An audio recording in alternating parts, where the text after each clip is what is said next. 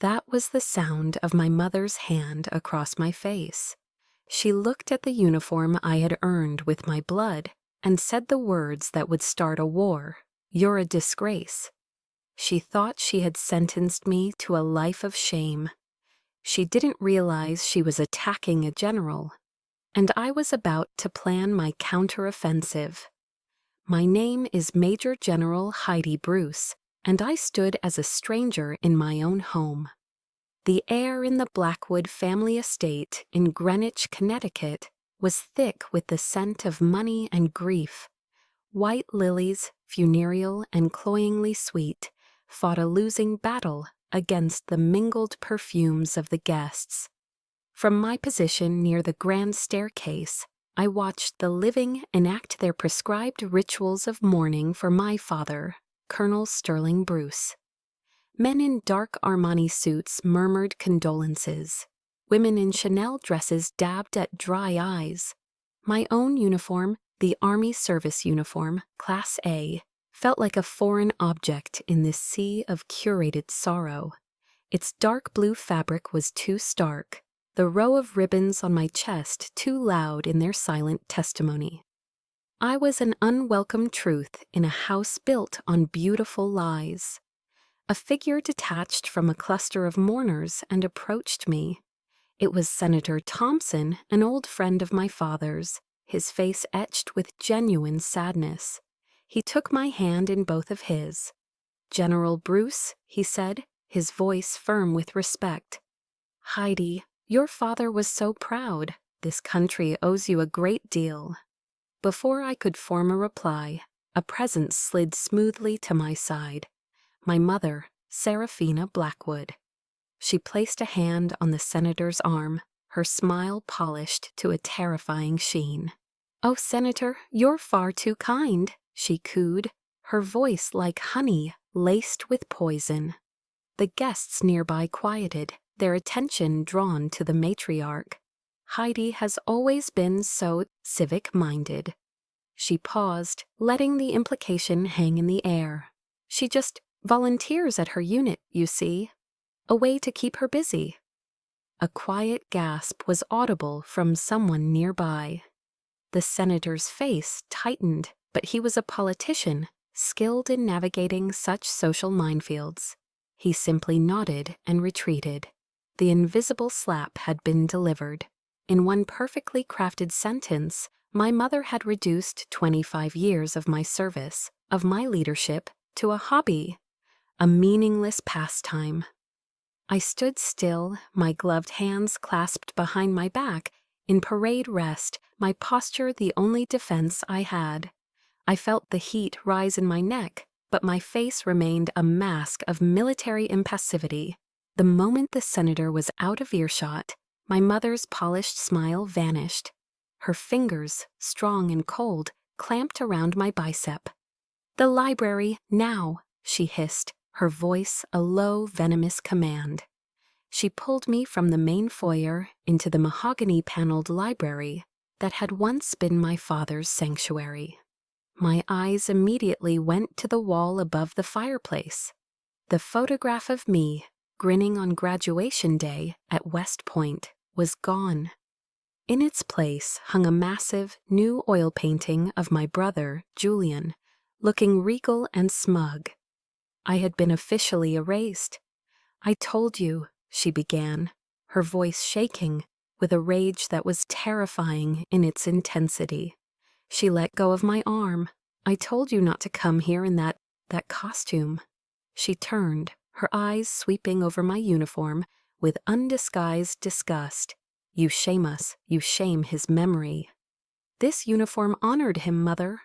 My voice was low, steady. A mistake. My composure only fueled her fire. "Honored him?"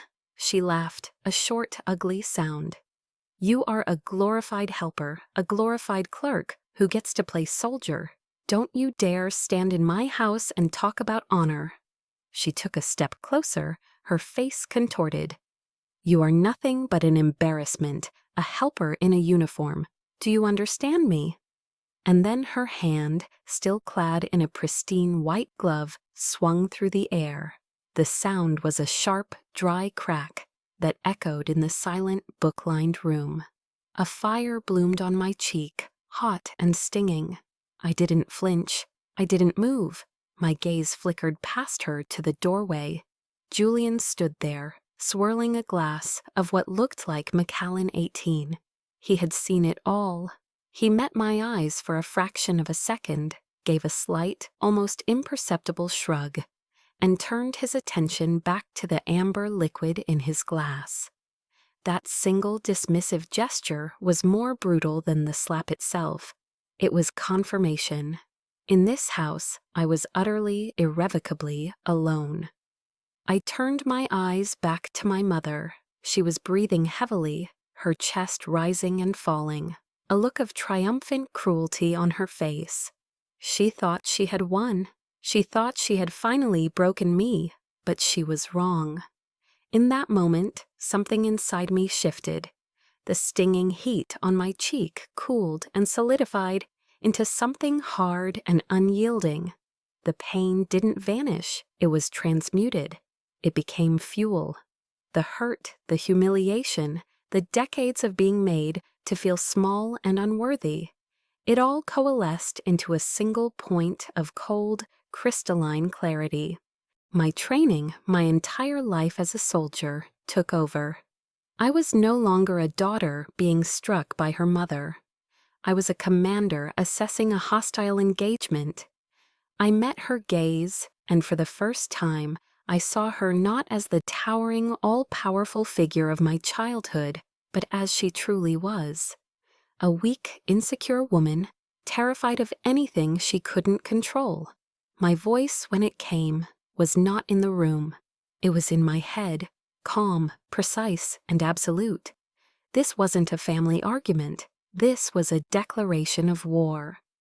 I analyzed the situation, the assets, the liabilities, the objective. And you have made a grave tactical error, Mother. I looked at her, at the portrait of my brother, at the room from which I had been erased. You just attacked a general in her own home. The battle has begun. The battle had begun. But this war had started long ago. Fought not on foreign soil with guns and artillery, but in the polished hallways and manicured gardens of the Blackwood estate.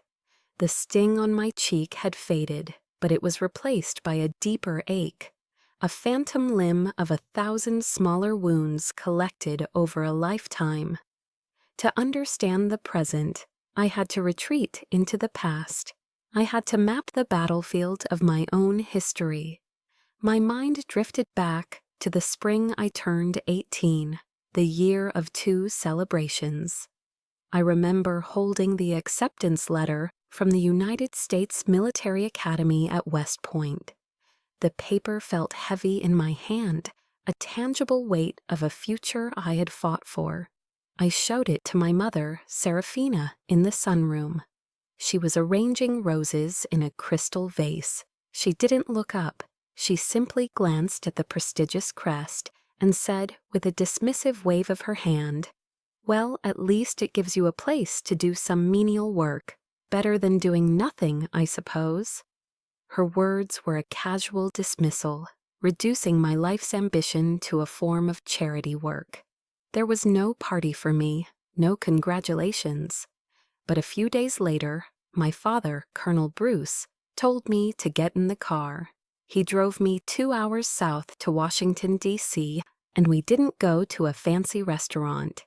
He took me to Ben's Chili Bowl on U Street, a place rich with history, but utterly devoid of the pretense my mother cherished. We sat on vinyl stools, the air thick with the smell of grilled onions and spice. He ordered 2 chili half-smokes, and as I took my first bite, he looked at me, his eyes crinkling at the corners. "Don't you ever let anyone tell you your dream isn't worth celebrating, Heidi," he said, his voice low and full of a pride that felt more nourishing than any food. It was our secret alliance, a quiet rebellion, celebrated over a $5 meal. That same week, My brother Julian was accepted into a mediocre business school.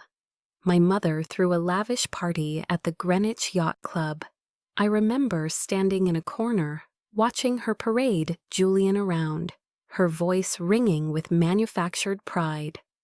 "My Julian," she announced to anyone who would listen, "is going to build an empire." The contrast wasn't just stark, it was a carefully drawn line in the sand. Julian was an investment. I was a write-off. The memory dissolved, replaced by another, sharper and more painful. The dust of Kandahar filled my lungs. I was 29, a captain, and we had just lost a soldier, Private Miller. 19 years old, from Ohio, with a picture of his high school sweetheart taped to the inside of his helmet. An IED. One moment he was there, laughing about the Cleveland Browns, and the next, he was gone. The weight of it was a physical pressure on my chest, making it hard to breathe. That night, I managed to get a video call home, desperate for a connection to a world where things made sense. My mother's face appeared on the small pixelated screen. The first words out of her mouth were not, "Are you okay?" or "I'm so sorry." They were, "Good heavens, Heidi, you look dreadful. Are you using any moisturizer at all?" I was speechless. I had just watched a boy die, had written the letter to his parents that would shatter their world, and she was concerned about my skincare routine. Before I could find my voice, Julian pushed his face into the frame, grinning. "Hey sis, guess what? I just closed on a new Porsche, a 911 Turbo. It's a beast." I stared at their smiling, oblivious faces, from half a world away, from a world of sand and loss. They weren't just in a different time zone, they were on a different planet. A planet where a new car mattered more than a lost life. I ended the call without another word, the silence in my tent more comforting than their voices. That was the day I understood that their love was a language I would never speak, and my reality was a place they would never visit. The bitterness of that memory brought me back to the present, to the cold, quiet library of my father's house. I looked up at the portrait of Julian, his painted smile mocking me. How do you fight an enemy who doesn't even see you? An enemy who has already decided you don't matter? My father's voice, a memory as clear as day, answered me. We were camping in the Shenandoah Valley years ago. The sky was a vast, dark blanket pricked with a million tiny lights. He pointed up. "Your mother only sees the brightest stars, Heidi," he said, his voice a gentle rumble beside me. "The CEOs, the politicians, the ones that shout their own name. But a true soldier, a true navigator, knows it's the dim stars, the ones you have to search for, that guide you when you're lost in the dark." He then told me the story of the 4 chaplains on the USS Dorchester in World War II, who gave their own life jackets to other soldiers and went down with the ship, linked arm in arm. "They weren't the generals," my father said. "They were the dim stars. Be a dim star, honey. Be quiet, be steady, and never, ever lose your way." Standing there in the wreckage of my mother's latest assault, his words became my only compass. The war had begun, and I was in the dark. But I remembered his lesson. I remembered the stars. But where were they now, Dad? How am I supposed to find them in this darkness? Have you ever felt that way? Like you're navigating by a map only you can see, fighting for an honor only you understand. When the people who are supposed to be your brightest stars are the ones creating the darkness, you have to learn to find the light within yourself. And I knew then, with a certainty that settled deep in my bones, that it was time for me to learn how to be my own star, even if no one else could see the light. The darkness I had asked my father about arrived sooner than I expected. It came not in the form of an enemy force, but through a clipped, impersonal phone call a week after the funeral. It was from my mother's lawyer, a man whose voice was as smooth and cold as the marble in the Blackwood foyer. He informed me that the estate was undergoing comprehensive renovations, and that my personal belongings needed to be removed from my room within 48 hours.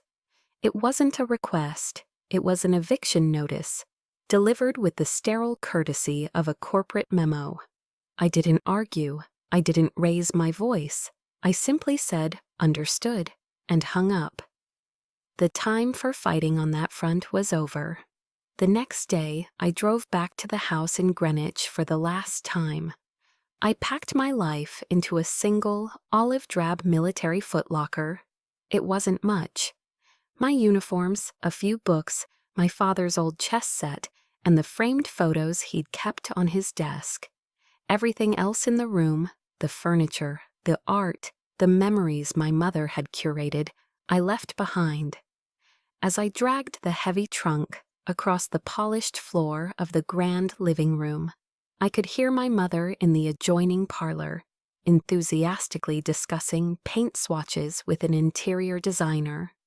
"I'm thinking something in a dove gray, or perhaps a robin's egg blue," she was saying. She didn't even bother to look up. To her, I was already gone, just another piece of old furniture being hauled away to make room for the new. The image was stark, a 2-star general, decorated for service in 2 wars, dragging her entire life in a box out of the house she grew up in, as invisible as a ghost. I found a small 1-bedroom apartment in Alexandria, Virginia. It was anonymous, with beige walls and a view of a brick building. For the first time in my adult life, I had no mission, no schedule, no one to report to. The silence was deafening. I thought, naively, that my skills would be transferable. A general, after all, is a CEO of a very complex, high-stakes organization. I polished my resume and sent it to a few top-tier security consulting firms in the D.C. area. I got one interview. The recruiter was a young man, barely 30, with a sharp suit and an even sharper smile. He scanned my CV, his eyes widening at the medals and command positions. "This is very impressive, General," he said, his tone condescending. "But what we're really looking for are managers with specific corporate P&L experience. Your background seems to be more in general support operations." General support operations. It was my mother's phrase, helping out, dressed up in corporate jargon. He was looking at a career forged in the crucible of leadership, under fire, where decisions meant life or death. And all he saw was a lack of experience with spreadsheets. The medals on my chest, each one representing a tour, a campaign, a sacrifice, were suddenly as useless as arcade tokens. I realized then that the outside world, in its own polite way, could be just as dismissive as my own family. I was overqualified and underqualified all at the same time. That night was the longest. The apartment felt less like a home and more like a holding cell. The silence pressed in on me, filled with the ghosts of my mother's words, the recruiter's polite rejection, the crushing weight of my own perceived irrelevance. I sat on the floor of the empty living room, the city lights painting sterile patterns on the wall. I was adrift, lost. The stars my father had told me about were nowhere to be seen, blotted out by the city's glare and my own despair. And then another memory of my father surfaced, not of him as a colonel, but of him as a man. He had struggled, too, after his own retirement. I remembered finding a small worn card tucked into his wallet. On it was a prayer he had turned to when his own world felt like it was spinning out of control. I closed my eyes and the words came to me, a lifeline in the darkness. "God, I whispered into the empty room, my voice hoarse. Grant me the serenity to accept the things I cannot change. I cannot change my mother. I cannot change her cruelty or my brother's indifference. I accepted it. A small, hard knot of anger in my chest seemed to loosen. The courage to change the things I can. I could change this apartment. I could change my routine. I could change myself. The power wasn't out there. It was right here. And the wisdom to know the difference. The wisdom was in knowing which battles to fight. The battle against my mother's opinion was a lost cause. But the battle for my own self-respect, that was a war I had to win. A profound sense of calm washed over me, a quiet peace I hadn't felt in years. The next morning, I was up at 500. I put on my running shoes and ran 5 miles along the Potomac. When I got back, I unpacked the footlocker. I didn't just put things away. I arranged them with military precision. My father's books on one shelf, my uniforms hung perfectly in the closet. I was taking back control, one small disciplined action at a time. I was building a new fortress, my fortress. Just as I finished, my phone buzzed on the kitchen counter. I didn't recognize the number. It just said, "Unknown caller." For a moment, I considered letting it go to voicemail, but something, a flicker of instinct, told me to answer. "Hello," I said, my voice steady. A pause, and then a woman's voice, hesitant but clear. "General Bruce, this is Captain Kaylin Vance. We need to talk." Kaylin Vance. The name registered, but the context felt wrong. She was my brother's fiancée, a part of their world of yacht clubs and charity galas. My first instinct was caution. This could be another move in my mother's game. A different kind of attack cloaked in concern. I agreed to meet her, but on my own terms. I chose a small, quiet cafe near the Women in Military Service for America Memorial, a place of silent, steadfast honor that felt like a sanctuary.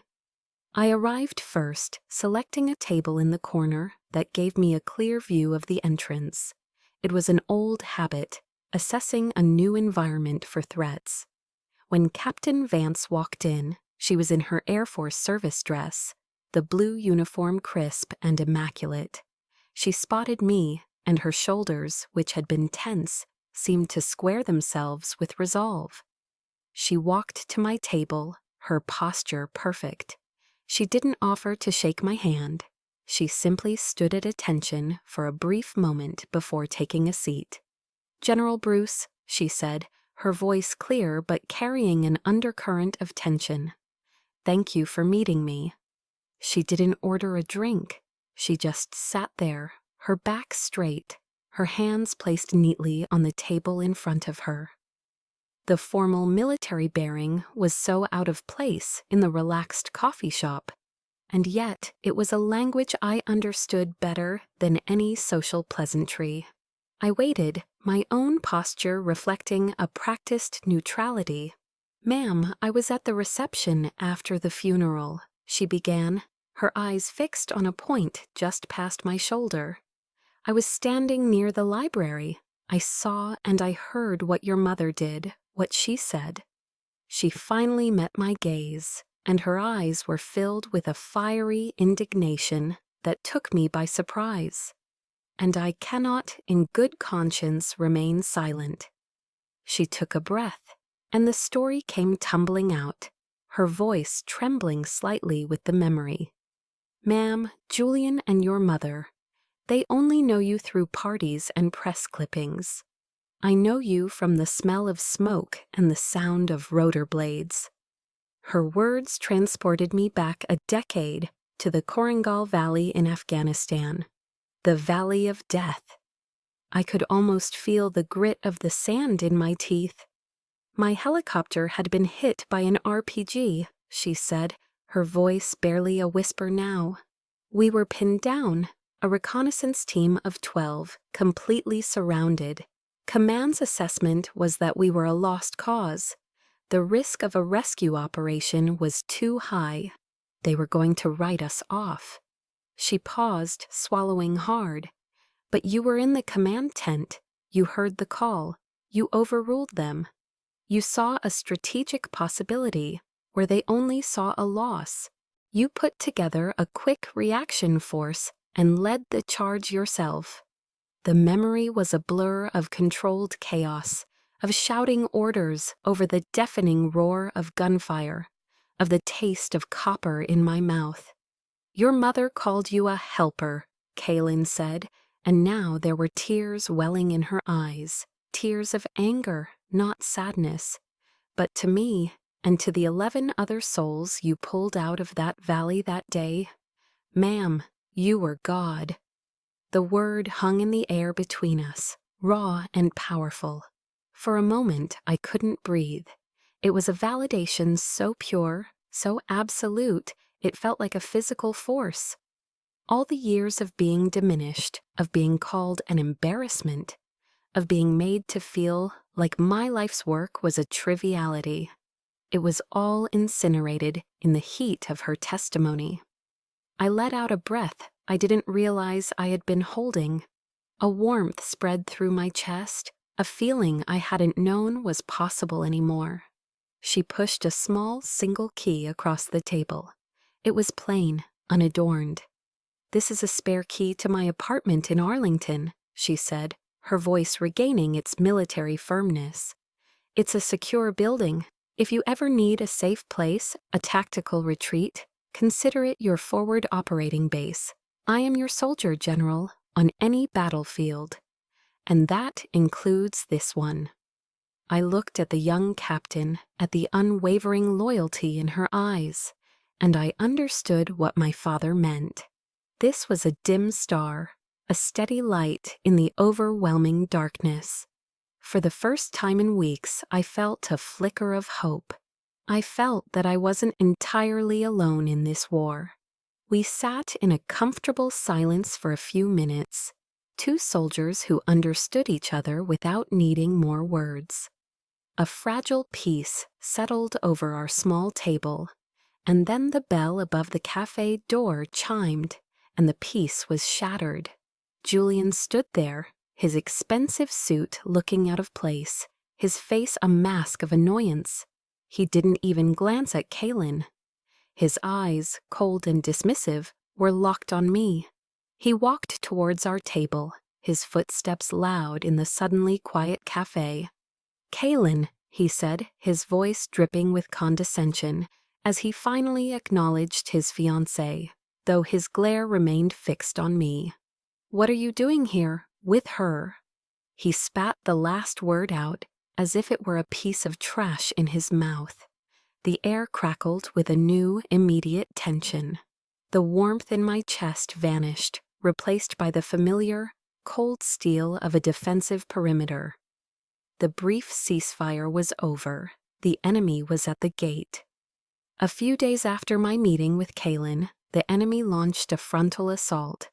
They didn't use military tactics. They used a weapon far more insidious, the pretense of family. They appeared at the door of my small Alexandria apartment unannounced, my mother, Serafina, and my brother, Julian. My hand instinctively tightened on the doorknob, my entire body tensing for a confrontation. But Serafina was a master of her own brand of warfare. She didn't come with anger. She came with a performance worthy of an Oscar. Her eyes were artfully shadowed with sorrow. She held out a lavish gift basket from Dean and DeLuca, an offering of peace that felt more like a bribe. "Heidi, darling," she began, her voice a soft, trembling whisper. She reached out and gave me a brief, stiff hug that had no warmth at all. "I am so sorry. I haven't been myself since your father. I've been grieving." She looked at me, her eyes pleading. "We're family, Heidi. We have to protect each other, now more than ever." I remained silent, my internal threat assessment running at high alert. This was a classic love-bombing campaign, a textbook maneuver to lower my defenses. Julian stepped forward, his expression a careful blend of enthusiasm and fraternal concern. "Mom's right, sis," he said, placing a hand on my shoulder. "And I have some good news, a chance to restore the family name, to build on what Dad started." He spoke of a massive government contract, a deal that would secure the Blackwood legacy for generations.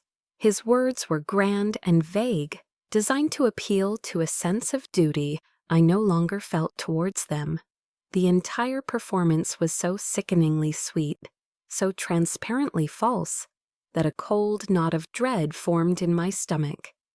I knew the real demand was coming. Julian, ever the smooth operator, got to the point.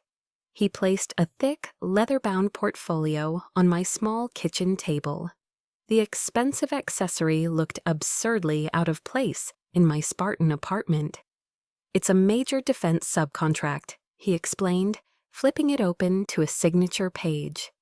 "But there's a hitch. The prime contractor requires a board member with an active top-secret SCI clearance to act as a guarantor. It's just a formality, of course." My blood ran cold. Top-secret, sensitive, compartmented information clearance. It wasn't just a security level, it was the highest declaration of trust the United States government could bestow upon a citizen. It was a symbol of my entire career, of my unwavering integrity, and he was calling it a formality. He leaned in, a conspiratorial gleam in his eye. "You just sign here as an honorary board member. We put your name on the letterhead, and that's it. It's a win-win." He then added the final fatal insult, a smirk playing on his lips. "Look, even if you are just helping out at your unit, that general's star on your shoulder still has value to us." There it was, the poisoned offering laid bare. They didn't respect me. They didn't value my service. They saw my honor, my life's work, as nothing more than a commodity, a tool to be used for their own greedy ends. I picked up the document, my eyes scanning the fine print. My training in reading intelligence briefs kicked in. I saw the red flags immediately. A shell corporation in Delaware, vaguely worded liability clauses, the name of a defense contractor notorious for cutting corners. This wasn't a contract, it was a trap. They weren't asking me to be a guarantor. They were asking me to be the fall guy. They were asking me to sign away my honor, my freedom, and the very legacy of the father they claimed to be protecting. That was the final straw, the last fragile thread of hope for any semblance of family, of decency, snapped. A cold, hard fury, pure and absolute, rose within me. It wasn't the hot, explosive anger of a family argument. It was the focused, precise anger of a commander whose core principles have been violated. I placed the portfolio back on the table and looked up, meeting my brother's expectant gaze, then my mother's pleading one. My face was a blank slate. My voice, when I spoke, was devoid of all emotion. It was as cold and hard as steel. No. The word, quiet but absolute, hung in the air. Seraphina's practiced sad expression faltered. "What did you say?" she stammered. "Heidi, this is for the family." I stood up, my 5'7" frame suddenly feeling much taller. I looked directly at her, then at Julian, no longer as a daughter or a sister, but as a superior officer addressing insubordinate personnel. "I said no," I repeated, my voice clear and unwavering. "I spent 25 years building my honor. I will not have it dismantled in 5 minutes for the sake of your greed." I picked up the portfolio and held it out to Julian. "Take your proposal and leave my home." Their faces shifted from feigned concern to unveiled rage. The masks were off. "You ungrateful," my mother began, but I cut her off with a look. "Now," I said. The single word was a command, not a request. They snatched the portfolio and stormed out, slamming the door behind them, leaving a trail of muttered curses in their wake. I stood alone in the silence, my heart pounding, not with fear, but with the adrenaline of a battle finally joined.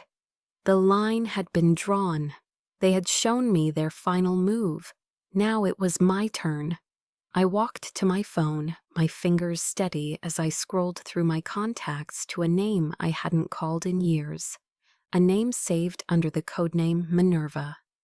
I pressed the call button. He answered on the second ring. "Eris," I said, my voice calm and resolute. "It's Heidi Bruce. We need to talk immediately." Eris Thorne lived in a historic brownstone in Georgetown, a quiet street that belied the world of secrets it likely harbored. When he opened the door, he looked exactly as I remembered him from my father's Christmas parties: salt and pepper hair, a crisply ironed shirt, and eyes like a hawk's, sharp and missing nothing. He was my father's best friend, a legend from the Defense Intelligence Agency. He didn't offer a hug or empty platitudes. He simply nodded and said, "Heidi, get in here." He led me to a study lined with books on history and military strategy. He poured 2 cups of black tea, the movements precise and economical. I recounted the events of the past few weeks, from the funeral to the poisoned contract offer. My voice was steady, delivering the facts like a field report. I stripped away the emotion, presenting only the tactical reality of the situation. Aris listened without interruption, his gaze never leaving my face. When I finished, he took a slow sip of his tea. He didn't say, "I'm so sorry for what you're going through." He didn't say, "Your mother has always been difficult." He looked at me, his eyes glinting with a familiar, strategic fire, and delivered the most validating assessment I had ever heard. "Your mother isn't just attacking you emotionally, Heidi," he stated, his voice calm and analytical. "She is conducting a systematic information warfare campaign designed to erase your identity and seize control of your father's legacy." He set his cup down. "We will mount a proportional response." Those words were like a key turning in a lock I didn't know was rusted shut. He didn't see a grieving daughter. He saw a strategic threat, an operation. He gave my pain a name, a framework, and in doing so, he gave me back my power. I wasn't just a victim, I was a target in a definable conflict. And I knew how to operate in a conflict. "Follow me," he said, rising. He led me through a door, disguised as a bookshelf, into a room that took my breath away. It was a private situation room. One wall was covered by a massive whiteboard. Another held a series of monitors, currently dark.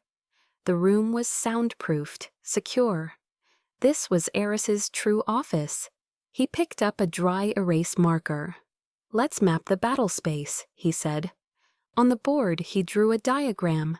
At the top, he wrote, "Seraphina Blackwood, Center of Gravity." Underneath, "Julian Blackwood, Primary Actor." He drew lines connecting them to their sources of power: Blackwood Family Trust, Wall Street Connections, Social Influence, Greenwich, NYC. He circled their weaknesses: arrogance, dependence on public image, potential financial irregularities. I walked up to the board, took a different colored marker, and added a new box, capped Kaylin Vance, asset in place. Eris looked at it and gave a curt nod of approval. "Good. Who else?" We worked for an hour, my personal anguish transforming into a cold, hard operational plan.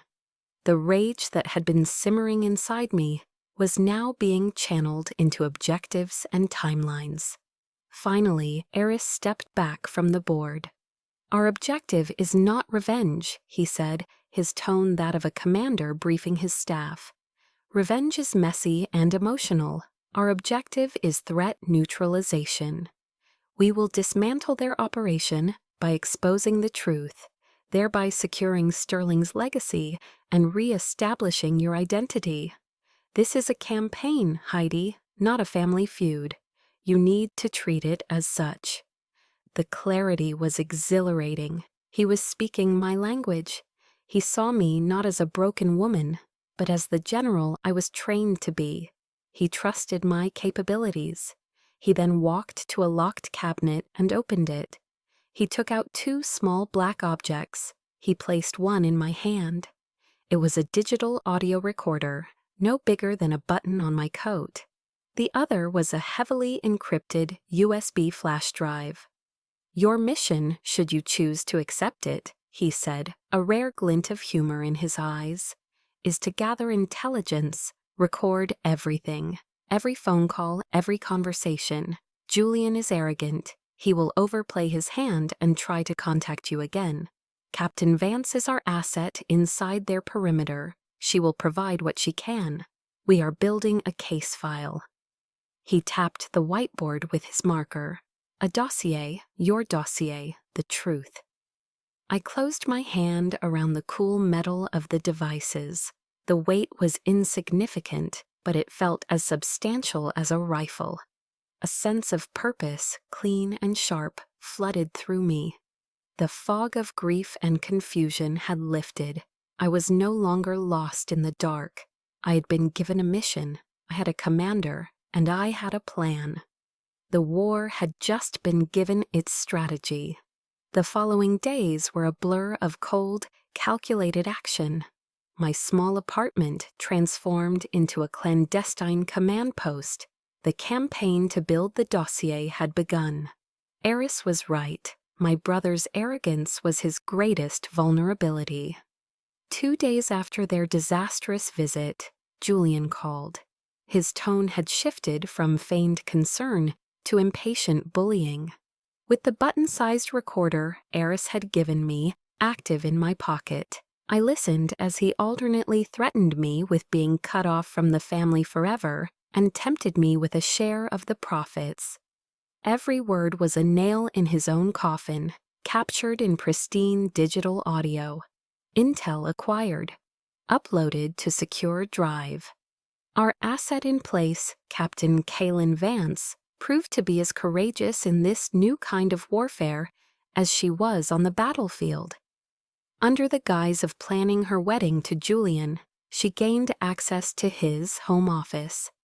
One evening, while he was on a conference call, she executed a swift, silent operation. She copied the contents of his laptop's hard drive onto the encrypted USB Eris had provided.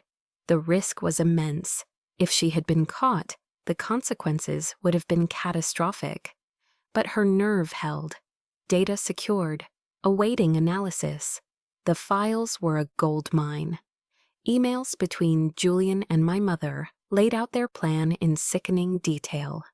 A systematic effort to marginalize me and consolidate their control over my father's estate long before he had even passed. They discussed lawyers, offshore accounts, and strategies to have me declared mentally unfit to manage my own affairs if I resisted. It was worse than I had imagined. It wasn't just greed, it was a premeditated character assassination. One quiet evening, after reviewing the latest intelligence packet, a wave of exhaustion hit me. I felt the need to connect with something real, something of my father's that wasn't tainted by this conflict.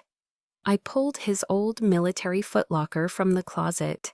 As I sorted through his belongings, his dress uniforms, his books on military history, his collection of presidential biographies, my fingers brushed against a loose board at the bottom. Curious, I pried it up.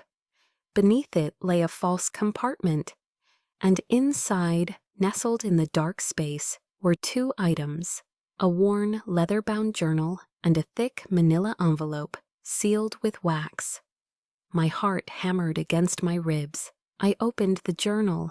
It was my father's handwriting, familiar and steady. It wasn't a log of his military career, but a private diary, started in the years after I had left for West Point. I read, and the world fell away. He wrote of his pride, a pride he felt he couldn't express openly in Serafina's presence. He wrote of his arguments with her, of her disdain for my chosen path. One entry, dated a decade ago, stood out. "Serafina doesn't understand," he wrote. "She sees Heidi's service as a rejection of our world, of the Blackwood name. She cannot comprehend that honor is not something you buy at a charity auction. Heidi's honor is forged in fire. I worry for her. I worry what they will do when I am no longer here to stand between them." Reading those words, a dam inside me broke. A sob, raw and ragged, escaped my lips. It was the first time I had cried since he died. These weren't just words on a page. They were the validation I had spent my entire life starving for. The silent witness to my struggle. He had seen, he had known, he had worried for me. The grief was immense, but tangled within it was a profound, aching gratitude. With trembling hands, I picked up the sealed envelope. My name, Heidi Ann Bruce, was written on the front in his strong, cursive script. I broke the wax seal. Inside was a legal document, a codicil to his will, dated and notarized just 6 months before his death. I read the legal jargon, my mind racing to comprehend its full import. In clear, unambiguous terms, my father stipulated that, in the event of his passing, his entire personal estate, separate from the assets shared with my mother, was to be placed into a private trust. This included his investment portfolio, his savings, and, most critically, the deed to the Greenwich house, which had been his family's property long before he had ever met Serafina Blackwood, and the sole trustee, with absolute and final authority over this trust, me. He had foreseen their greed. He had anticipated their campaign to disinherit me, and from beyond the grave, he had built a final line of defense. This wasn't just a legal document. It was a shield. It was a weapon. It was the last loving, protective act of a father who understood the war his daughter would have to fight. I held the paper in my hand, feeling its weight. The dossier we were building was strong. It had emails, financial records, and recorded conversations. It was a case built on their lies and deceit. But this was different. This was the truth, codified and weaponized. This was the secret weapon my father had left me. The board in Eris's Situation Room flashed in my mind. The entire strategic landscape had just changed. This wasn't just a counteroffensive anymore. This was checkmate. The annual Blackwood Foundation Charity Gala, held in the Egyptian wing of the Metropolitan Museum of Art, was the crown jewel of my mother's social empire. It was a dazzling display of power and influence, where New York's elite gathered to write checks and affirm their own benevolence under the watchful eyes of ancient pharaohs. This was her throne room, her ultimate stage. And tonight, we were going to burn it to the ground. I walked in, flanked by Eris Thorne and my lawyer, Mr. Davies. I was not in my uniform. I wore a simple, elegant black dress, tailored with military precision. It was my own kind of armor. My presence sent a ripple of whispers through the crowd. I was the ghost at the feast, the disgraced daughter who was supposed to have faded into obscurity. I ignored the stares, my focus locked on the podium at the far end of the hall. Serafina was in her element, gliding through the room, a queen accepting tribute from her court. When the time came, she ascended the stage, bathed in a warm spotlight. She spoke eloquently about legacy, about philanthropy, about the importance of family. From my vantage point, I could see Julian and Kaylin standing just off stage. Julian looked smug, the air apparent. Kaylin looked pale, her hands clenched at her sides. My mother raised her champagne flute. "To the enduring legacy of the Blackwood and Bruce families," she declared. That was our cue. Our! As if on a silent command, Kaylin Vance stepped away from Julian's side. She walked to the edge of the stage, her Air Force uniform a stark slash of blue against the opulent backdrop. A technician, one of Eris's contacts, quietly handed her a wireless microphone. She walked down the steps and directly towards me. The room fell silent, a confused hush descending upon the crowd. She stopped 2 feet in front of me. In the dead silence of the Temple of Dendur, she brought her heels together and executed a salute so sharp, so perfect, it seemed to cut the air. Her voice, amplified by the microphone, rang out clear and strong, filled with an unwavering respect that defied every lie my mother had ever told. "Major General Bruce," she said, "it is an honor." A collective gasp swept through the hall. Before anyone could process what was happening, Phase 2 commenced. The massive screen behind my mother, which had been displaying the Foundation's logo, flickered and changed. The dossier, our dossier, came to life. First, the emails. Scanned copies of the correspondence between Julian and Serafina, their plot to disinherit me laid bare in their own words. Then, the audio. Julian's voice filled the cavernous hall, laced with threats and condescension. "Even if you are just helping out, that general's star on your shoulder still has value to us."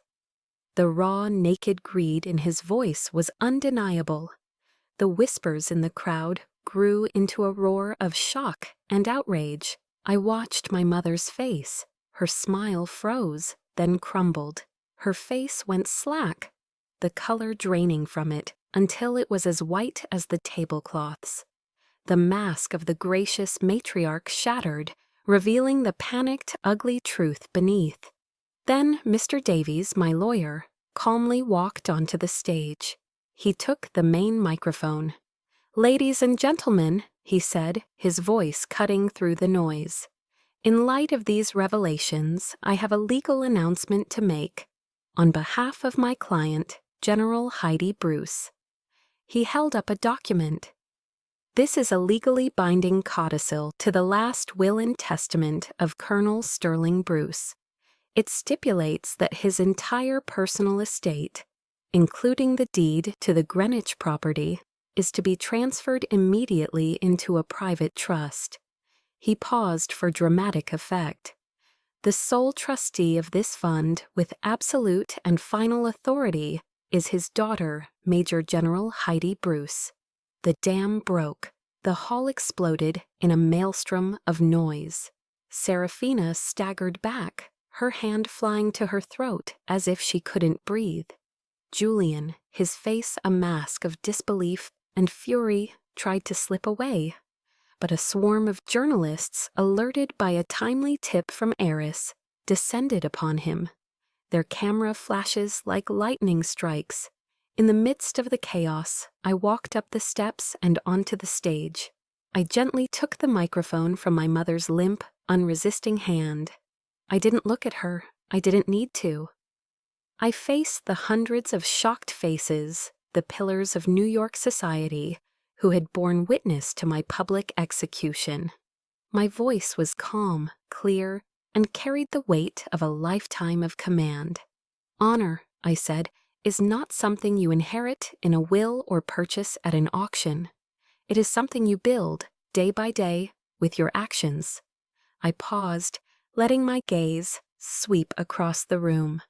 My father's true legacy was not his portfolio. It was his service, his integrity, his honor. I looked toward the back of the room where Eris stood, giving me a nearly imperceptible nod. "And tonight," I finished, "that legacy has been secured." I placed the microphone carefully on the podium. I did not run. I did not gloat.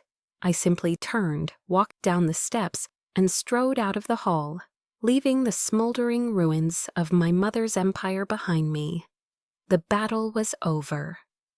Victory is not always a triumphant parade. Sometimes it's just the quiet that follows a long and brutal war.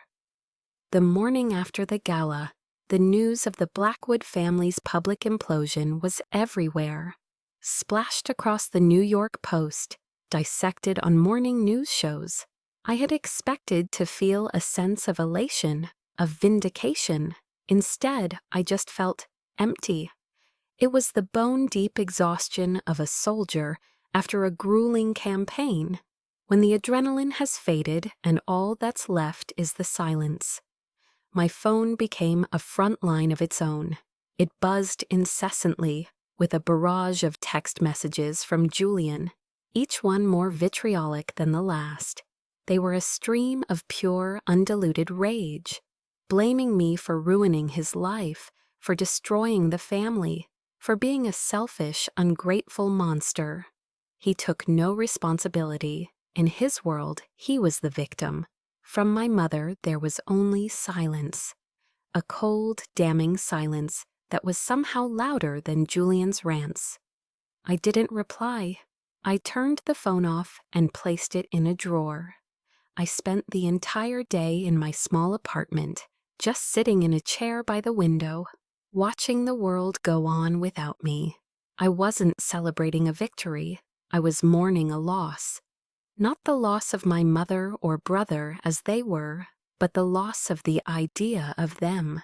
I was grieving for the family I had always wished for, the one that had never really existed outside of my own desperate hope.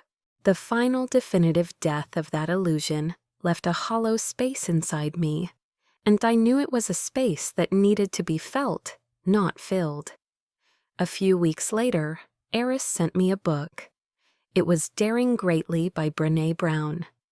A required reading for all modern warriors, his note said. I started reading about vulnerability, courage, and the power of owning your own story. It was a different kind of battlefield manual, one that taught you how to navigate the terrain of your own heart. It was while I was reading that book that the knock came. I opened the door to find my mother standing there. The Serafina Blackwood who had reigned over New York society was gone. In her place was a diminished woman, her expensive clothes looking ill-fitting on her now stooped frame. The arrogance was gone, replaced by a raw, desperate panic. She began to cry, messy, theatrical sobs. "Heidi, please," she begged, her hands twisting the strap of her designer handbag. "You have to forgive me. Call it off. Tell the lawyers to stop." She looked around my small apartment with disdain, even in her desperation. "They're going to take the house, my home. I have nowhere else to go." I looked at my mother, the woman who had caused me a lifetime of pain, and I felt nothing. The anger was gone. The hurt was a distant echo. All that remained was a profound, weary pity. I saw a small, frightened woman who had built her entire identity on a foundation of money and lies, and now that it was crumbling, she had nothing left. I spoke, and my voice was calm, not with the coldness of a soldier, but with the quiet strength of someone who had finally found her peace. "I forgive you, Mother." A flicker of triumph lit her eyes. "You do?" "Yes," I said. "I forgive you for not being the mother I needed." But forgiveness doesn't mean reconciliation. It doesn't mean erasing what was done. I took a small, steadying breath. I cannot let you back into my life. The boundary is permanent. I gently closed the door, the soft click of the latch echoing in the hallway. It was the hardest, most necessary act of self-preservation I had ever performed.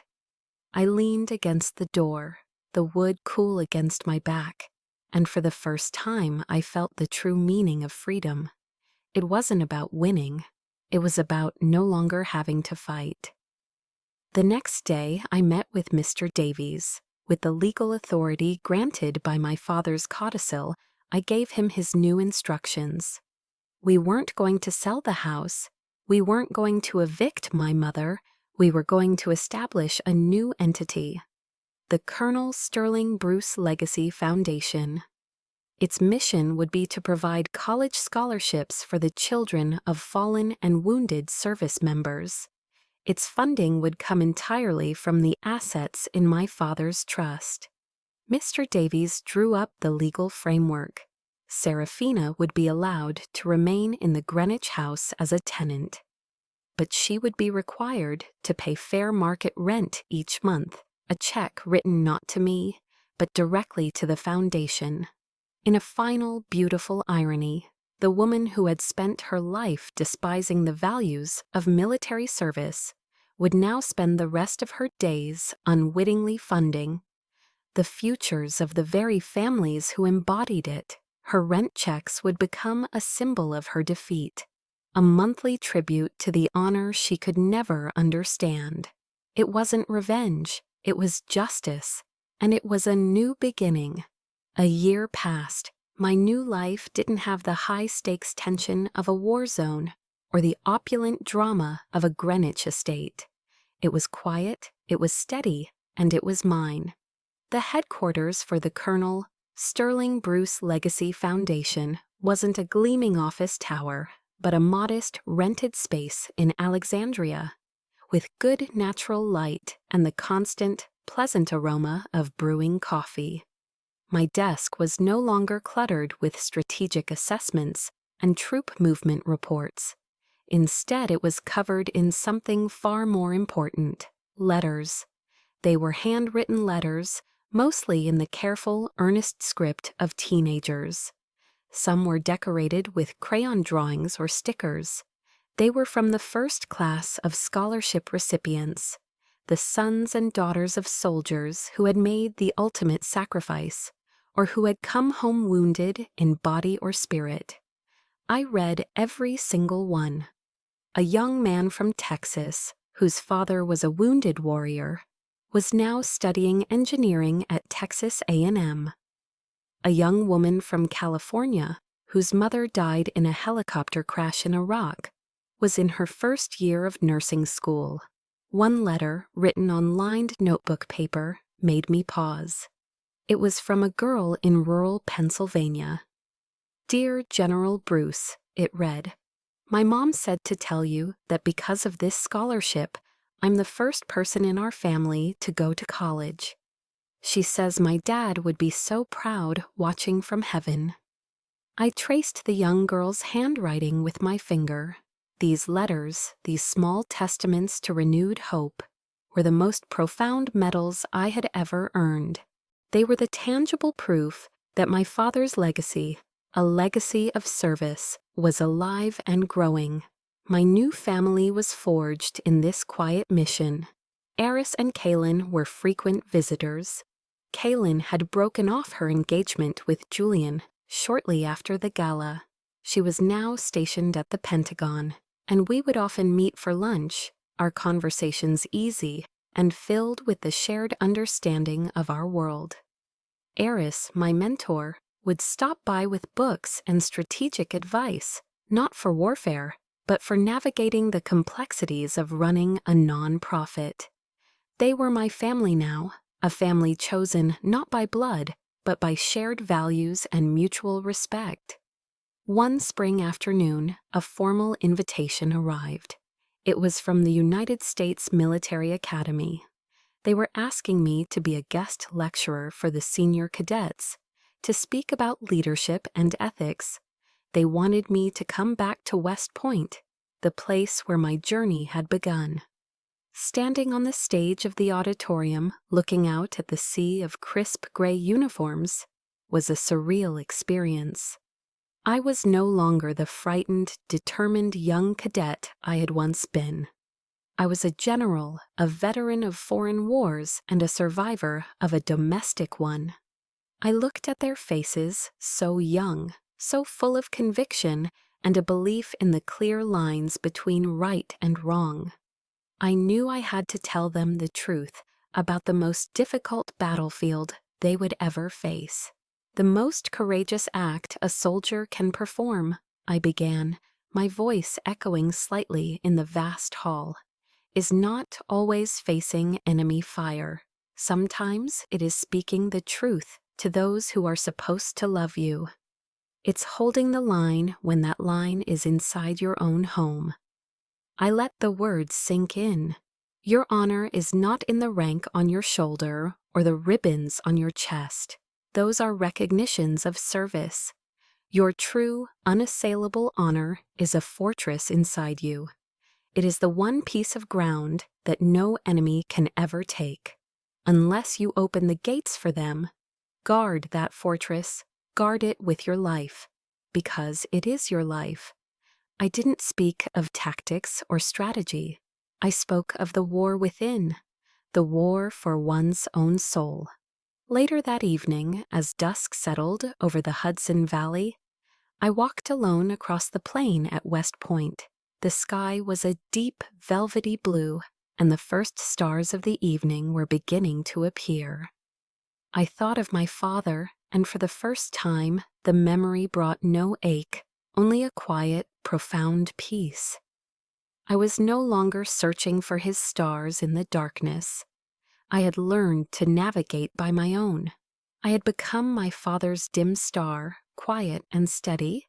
I hadn't built an empire like Julian had dreamed of, or commanded the social stage like my mother. My legacy wasn't written in stock prices or headlines. It was written in the futures of those kids, in the letters on my desk, in the quiet integrity of a life reclaimed.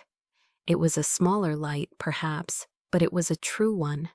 And I knew with a certainty that filled my entire being that it was strong enough to guide others home. I looked up at the twilight sky and smiled. It was not a smile of victory or of vindication. It was a smile of freedom, pure and simple. My story has ended, but perhaps yours is just beginning. I learned that my honor was a fortress, and I had to be its staunchest defender. What is the fortress inside of you that needs defending? Know that you are not alone in your battle. There are countless dim stars out there, steady and true, who understand. If my story resonated with you, please subscribe to Channel Name. Here we share true stories that remind us of our own strength and the quiet courage it takes to reclaim our lives. You are seen, you are heard.